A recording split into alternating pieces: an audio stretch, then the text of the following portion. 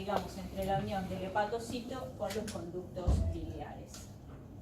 Obviamente están en fase de reposo, por así decirlo, y se van a estimular cuando se produce la anoxia con el estímulo para la reparación.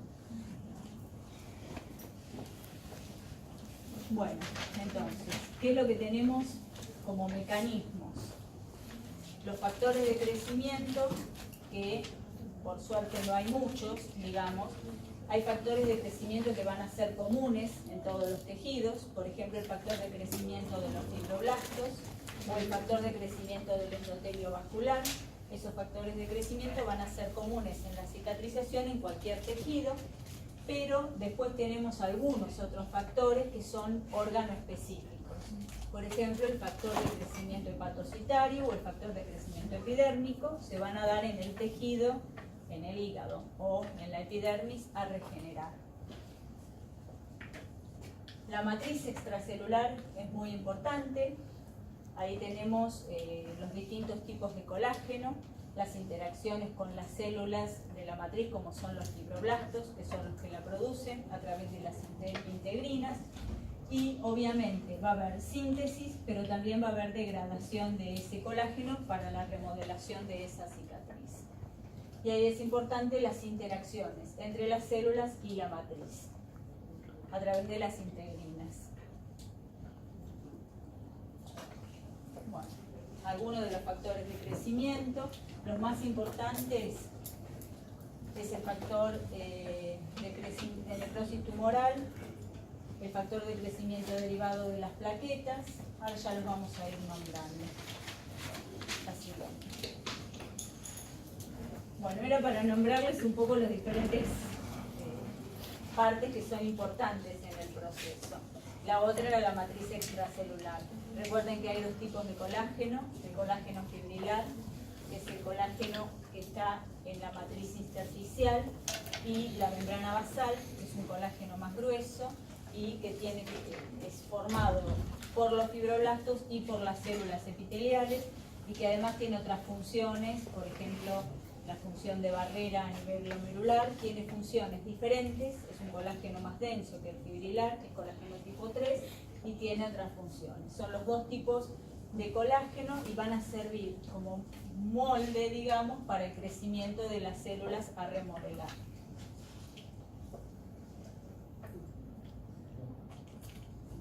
No sé cuál era. A ver la siguiente, ¿cuál es? Bueno, esto es más de lo mismo, digamos, en la matriz tenemos los fibroblastos. Estos fibroblastos van a ser las células que van a producir ante determinados estímulos. Los estímulos van a estar dados por los macrófagos, van a producir la matriz intersticial con el colágeno fibrilar acá a nivel intersticial y el colágeno más denso, tipo 4, en la membrana basal, en todas las membranas basales. Bueno, ¿cuáles son los pasos para la cicatrización y reparación de las heridas?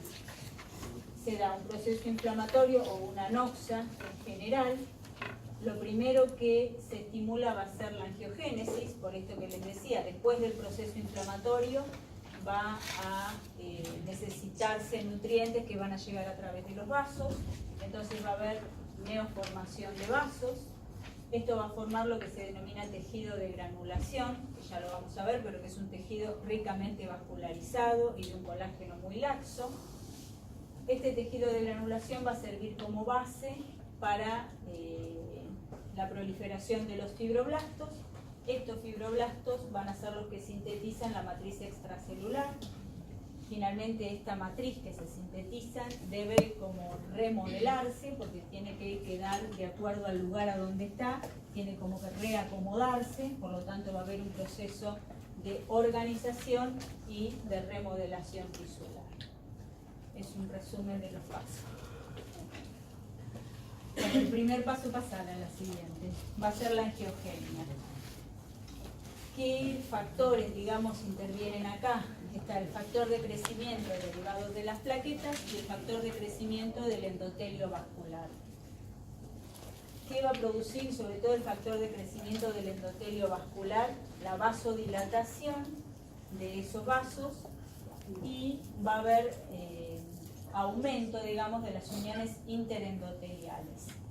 Hay otros factores como las angiopoyetinas, que lo que van a hacer es estimular a esas células endoteliales a proliferar.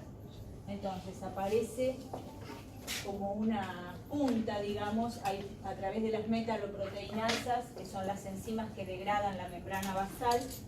Va a haber ruptura de esta pared de membrana basal y va a permitir la salida de esta nueva célula endotelial, que al principio va a ser sólido, va a seguir destruyendo la membrana, la matriz extracelular con las metaloproteínas, y esto va a permitir que vayan avanzando. Fíjense que los extremos vasculares es como que se van buscando hasta que se fusionan. Hay alargamiento del tallo vascular, hay proliferación también de los pericitos para revestir esos vasos, y acá se forma un nuevo vaso. Eso sería el primer paso en cualquier organización de un tejido fibroso o un tejido de reparación. El primer paso va a ser la angiogenia. ¿Qué factor es? El factor de crecimiento del endotelio vascular. Es el principal. Obviamente las angiopoyetinas y la degradación de la matriz extracelular para permitir ese avance celular. Bueno, esta es una imagen de una vez que esos vasos están proliferando. Fíjense que la matriz es una matriz laxa y hay una gran proliferación de vasos capilares. Este tejido, que es el tejido que va a producir el relleno, por así decirlo, del déficit de parénquima, se denomina tejido de granulación. Es como que empieza a granular y a cicatrizar la herida, rellenándola en primer término por este tejido. Entonces es un tejido que correspondería a la primera etapa de la reparación tisular y está dado por múltiples vasos de pequeño calibre, son neovasos en un estroma de tejido conectivo laxo. ¿Eso qué sería? ¿Como a modo de molde para Exacto, es como el molde sobre el cual después van a crecer, por así decirlo, las células parenquimatosas, ya sea de las células preexistentes o de la transformación de células madre. Sería un molde como un relleno que va a seguir a lo primero que sucede si estamos hablando de, digamos, de una necrosis o de un proceso traumático, va a ser la coagulación, ¿no? En el momento. Entonces el relleno de esa falta de sustancia la va a dar este tejido de granulación.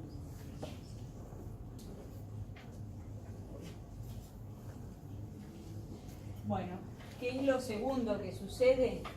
Va a haber migración de fibroblastos. Primero entonces, como decía el compañero, tenemos ese molde que va a estar dado por la angiogenia, factor de crecimiento del endotelio vascular. A partir de los vasos que han quedado periféricos al área de lesión, van a proliferar esos vasos, van a formar esa red rica de vasos pequeños. Esos vasos además van a ser muy permeables, entonces el tejido de granulación tiene un aspecto edematoso, un aspecto edematoso, claro, es gelatinoso el tejido de granulación, y son como la base para empezar a armar, por así decirlo, el esqueleto de fibrosis. Entonces, sobre esa base, lo segundo que sucede va a ser la migración de los fibroblastos. ¿Quiénes van a ser los que van a activar a estos fibroblastos? Los linfocitos y los macrófagos, y que van a liberar, digamos, factores de crecimiento. ¿Cuál es el más importante? El factor de crecimiento transformante beta. ¿Quién lo va a producir? Los macrófagos. ¿Qué macrófagos? Los activados por la vía alternativa. ¿Se acuerdan que la clásica era la de la inflamación crónica? La vía alternativa de activación macrofágica va a ser la que tiene que ver con la fibrosis y con todos los efectos antiinflamatorios, por así decirlo. Entonces, ¿qué hace este factor de crecimiento transformante beta junto con otros? El factor de crecimiento de los fibroblastos y el factor de crecimiento derivado de las plaquetas. Va a hacer que proliferen los fibroblastos y las células endoteliales. Al proliferar los fibroblastos van a producir más colágeno. Por otro lado, ¿qué va a inhibir? va a disminuir la actividad de las metaloproteinasas y va a impedir la degradación del colágeno. Entonces ya estamos en una primera etapa, había metaloproteinasa porque necesitábamos abrir canales en esa matriz para que proliferen los vasos. Ahora las vamos a inhibir porque si no van a seguir degradando ese colágeno y yo necesito que se arme colágeno para que el tejido fibroso sea denso. ¿Estamos? Esto va a llevar entonces a la fibrosis. Entonces hay migración y activación de los fibroblastos.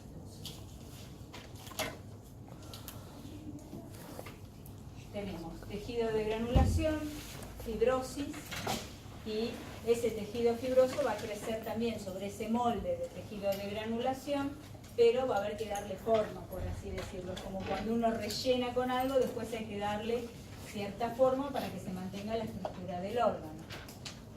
Y ese proceso, ¿quién lo hace? El remodelado. Va a haber enzimas, que son las metaloproteinasas de matriz, que se van a secretar como proenzimas. Recuerden que el factor de crecimiento transformante beta lo dividía porque era fibrogénico. Van a ser activadas estas proenzimas por la plasmina y van a ser enzimas activas como colagenasas o estromelicinas. ¿Qué van a hacer? Van a degradar y remodelar esa matriz extracelular. Una vez que tenemos la herida remodelada y no exuberante, adaptada al órgano, estas enzimas se van a inhibir por los inhibidores de las metaloproteinasas de matriz, para que cese la destrucción de esa matriz extracelular, para que cese ese remodelado. ¿Estamos? Bueno, si hablamos de heridas cutáneas, por ahí vamos un poco más rápido porque ya son ejemplos, por así decirlo. Lo primero que sucede va a ser la coagulación. Ahí tienen mucho que ver las plaquetas. Las plaquetas, recuerden que liberan factores de crecimiento también. Va a haber un proceso inflamatorio, una inflamación aguda. A la inflamación que va a seguir, ya estamos hablando de proceso de reparación. En primer lugar, la angiogénesis con la formación del tejido de granulación. Luego va a haber proliferación del tejido conectivo. Si es una herida cutánea superficial, la reepitelización se va a dar a partir de las células madre, estas que veíamos en la protuberancia del folículo piloso, van a volver a cubrir el defecto epidérmico. Va a haber remodelación y contracción de la herida. Cuando nosotros decimos contracción, es que la herida va a tener cierta flexibilidad, por así decirlo, sobre todo las heridas cutáneas. ¿Y qué es lo que sucede? Esos fibroblastos, algunos van a tener una actividad de miofibroblasto, digamos, van a tener cambios conformacionales, van a adquirir fibras de actina y van a tener cierto grado de contracción. Por eso se produce la contracción de las heridas. Eso es el paso, digamos, de fibroblastos a miofibroblastos. Van a contraer aún más la herida y la herida va a ser más pequeña cuando hay fibrosis. El resultado va a ser una herida cicatrizada. Bueno, esto creo que lo vamos a ver en el práctico, pero son dos ejemplos diferentes de lo que es la cicatrización cutánea. Hay dos posibilidades. Es lo que se llama la cicatrización por primera intención, que va a ser cuando hay una restitución ad integrum del tejido. ¿Esto qué significa? Que va a haber poca pérdida de sustancia, como les decía, va a haber una mínima disrupción de la membrana basal, entonces el tejido va a poder cicatrizarse y volver a su aspecto inicial. Eso sería una cicatrización por primera intención, restitución completa. En circunstancias donde se dan heridas más grandes o afractuosas, por ejemplo, no es lo mismo. El ejemplo clásico de cicatrización por primera intención sería una herida quirúrgica limpia.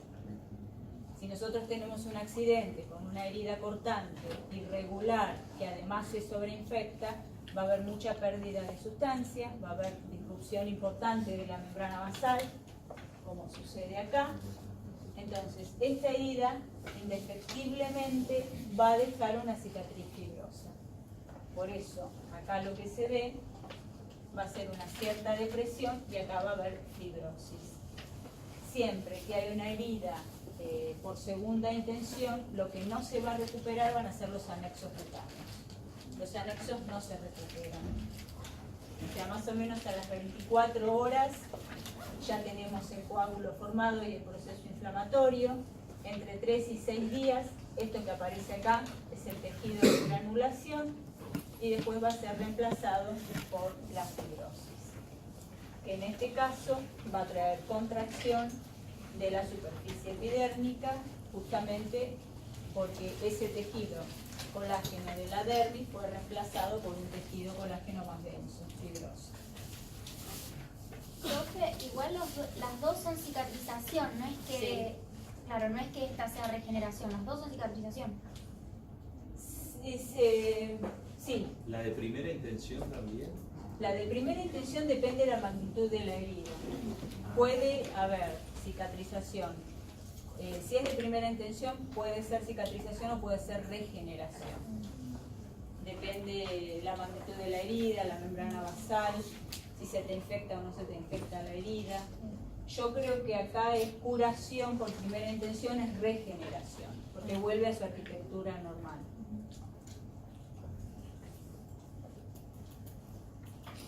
Bueno, estos son un poco los tiempos, como la inflamación, la anoxia primero y después la inflamación alrededor de los 3 días, va dejando paso ya, entre alrededor de una semana ya el tejido de granulación empieza a desaparecer y da lugar a la proliferación fibroblástica y finalmente a la contracción de la herida.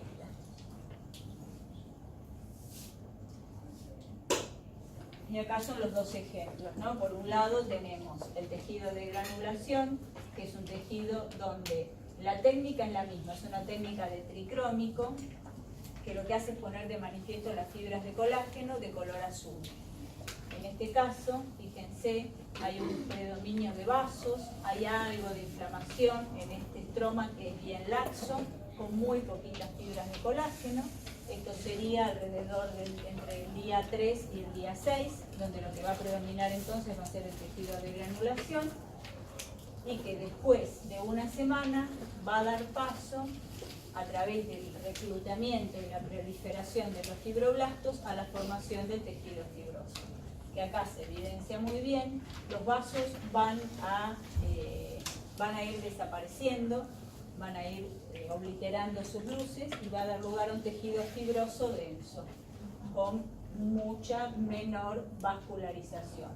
Por eso el aspecto superficial de la herida es bastante avascular y va a ser una placa blanquecina de las cicatrices, ¿no? En general, las cicatrices. Bueno, esto sería un ejemplo de lo que es una cicatrización por segunda intención. ¿Por qué? Porque hay una úlcera, fíjense acá, en el canto interno del pie, es una úlcera que va a llevar una gran pérdida de sustancia. Esto lo vemos acá, acá tenemos los bordes epidérmicos. Obviamente, cuando estos bordes epidérmicos buscan cerrar esa solución de continuidad, va a tardar mucho más tiempo también la regeneración por la magnitud de esa úlcera. En este sector otra vez tenemos bien el tejido de granulación, con ese tejido colágeno laxo, una gran proliferación de vasos neoformados, y acá ya tenemos la cicatrización con fibrosis. Acá, acá y acá, y una epidermis que es adelgazada en relación a los bordes de esa úlcera. Sería una cicatrización por segunda intención. Bueno, un poco en resumen. Acá muestra, digamos, en esta imagen qué es lo que está pasando. Fíjense que es una herida muy amplia, es una herida sucia, es una úlcera, probablemente una úlcera vascular.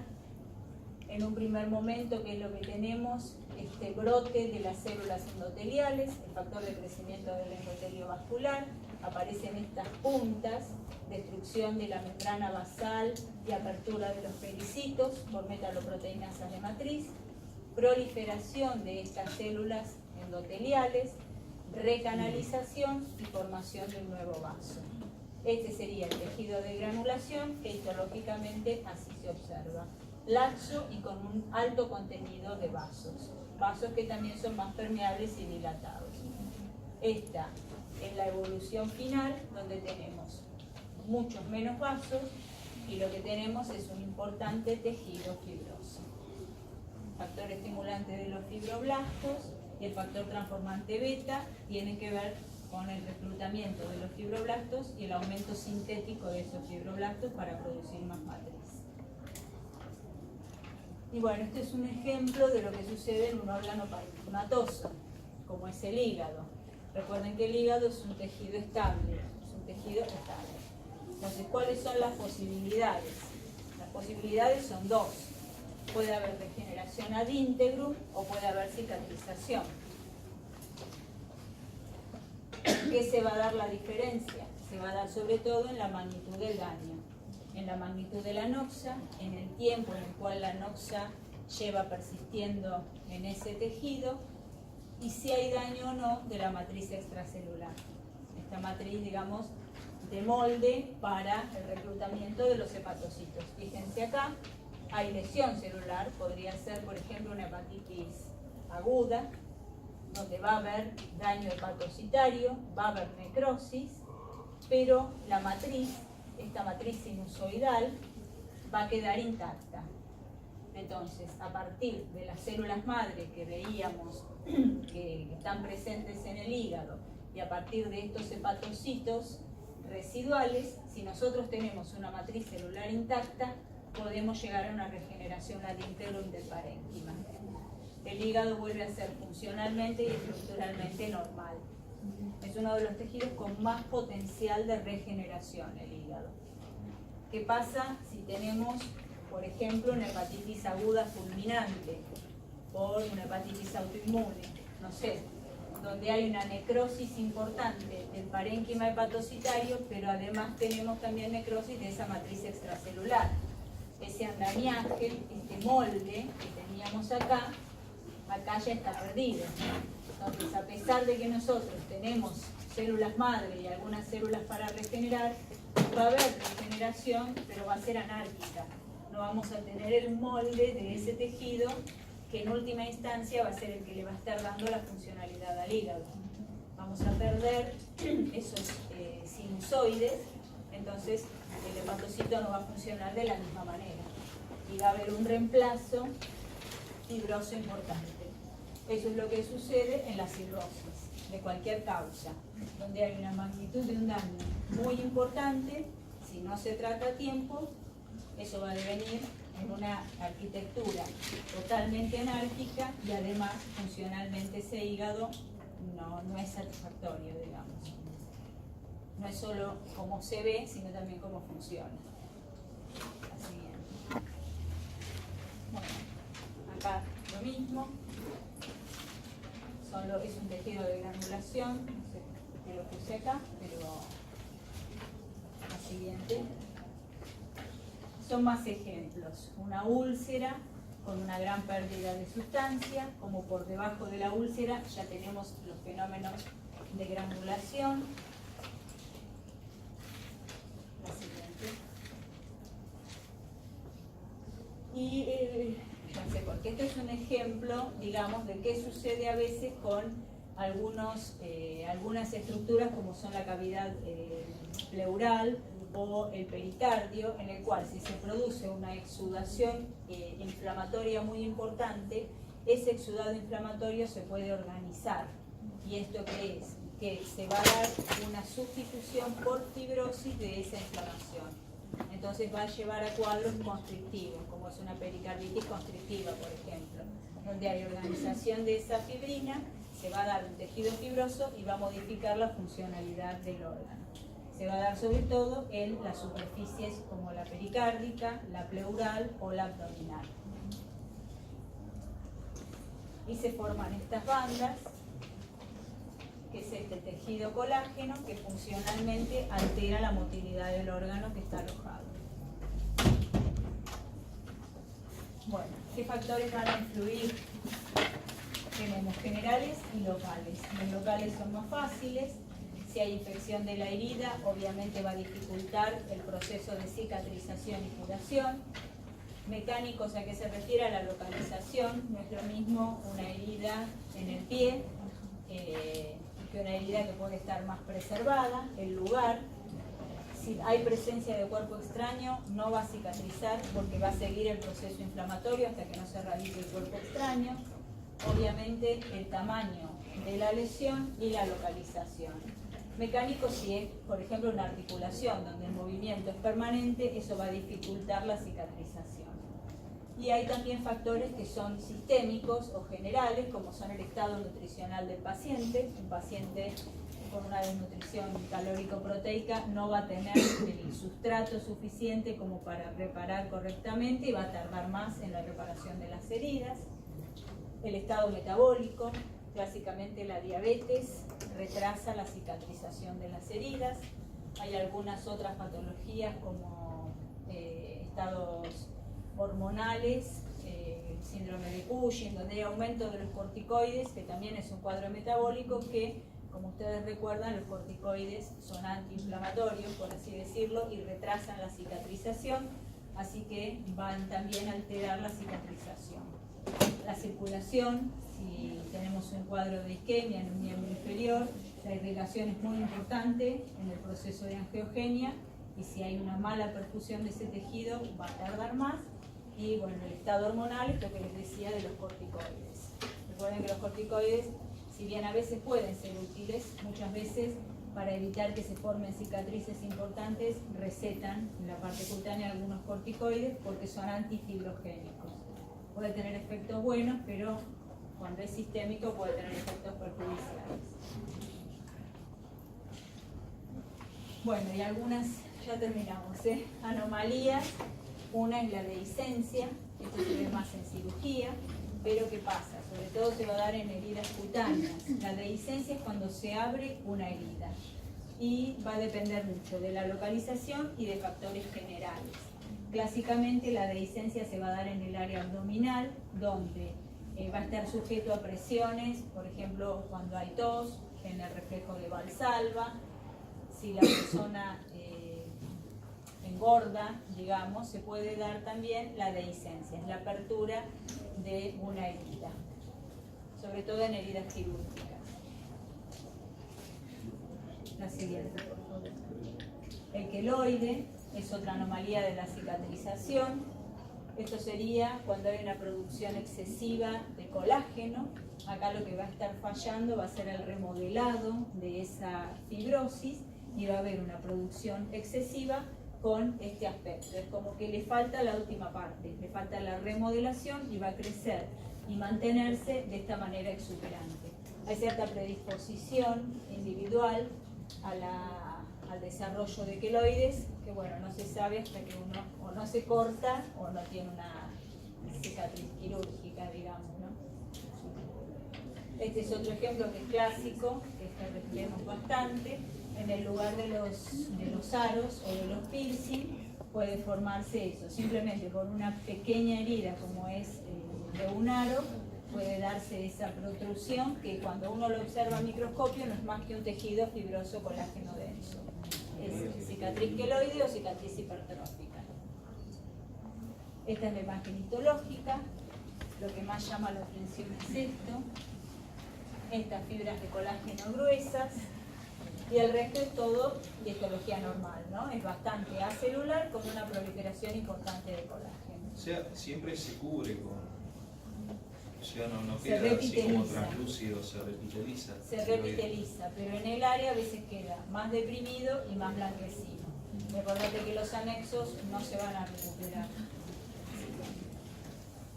Bueno, otra alternativa es que lo que sea exuberante en lugar del tejido fibroso sea el tejido de granulación. Y esto va a llevar a que la herida nunca se termine de cicatrizar y fibrosar. En este caso, cuando aparecen estas granulaciones exuberantes, el tratamiento va a ser quirúrgico únicamente y ver la nueva cicatrización.